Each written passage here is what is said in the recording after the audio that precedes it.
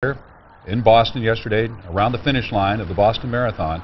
Our next guest, LeeAnn Yarbor, is already back from the Boston Marathon, where she was one of those people. So you just returned, LeeAnn Yarbor? Yes. Thank you so much for coming in and talking with us. I can't even imagine. I mean, we've talked to people on the phone that are still in Boston who ran this race. And what was this like for you? Where were you?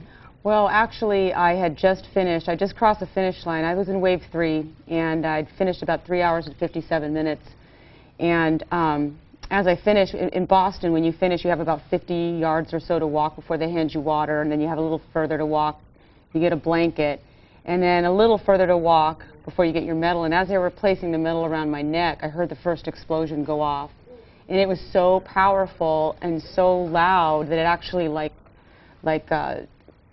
vibrated through my whole body. And as I turned around, I saw a huge white plume of smoke. And this wasn't my first Boston. This is my third Boston.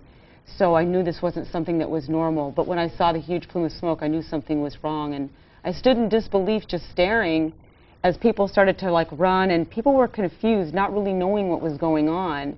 And at that moment, then the second explosion went off when I saw the second one. And I was literally about 300 meters from the finish when I saw this. And I knew I needed to get out. And at that moment, I contacted my husband. I said, you need to get on the news and find out what's going on, because something's very, very wrong here. And I grabbed my bag. And I coached the San Diego Run and Tri Club.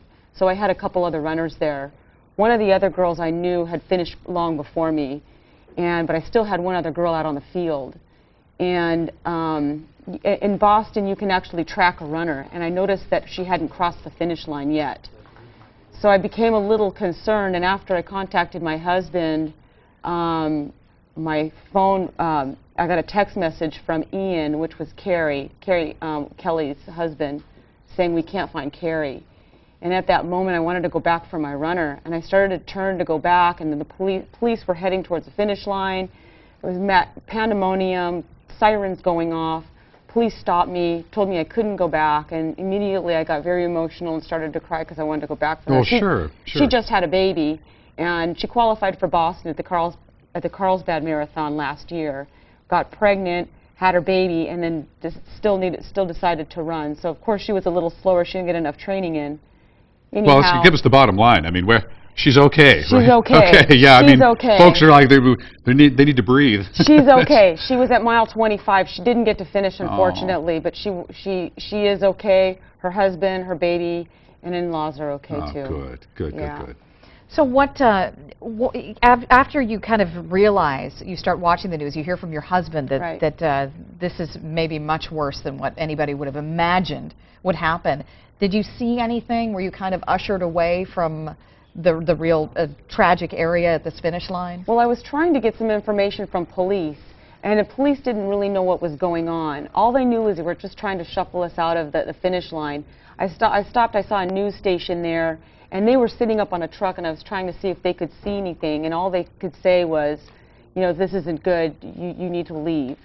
And so as we left, my husband did call me back, frantic and crying and just grateful that I was okay, because he said it was all over the news and that this wasn't good and people had been injured and killed. Now, did you plan on coming back last night originally, or I did. So you already had those arrangements made? And so forth, I already had those arrangements made, yeah. So I was, yeah. And was there any heightened security at the airport, anything like that, trying to get through the airport to get home? The security was a little heightened. I did notice that a lot of JetBlue flights had been canceled. There was a no-fly zone over the city. So I think if you were coming west, it was okay.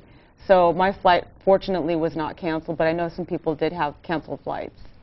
All right, we really appreciate you coming in. I know that it just happened, and that you're everybody is still trying to come to grips with what happened. But, yeah, it was very surreal, very scary, and very confusing for a lot of us, because we didn't really know what was going on, and we weren't getting any information.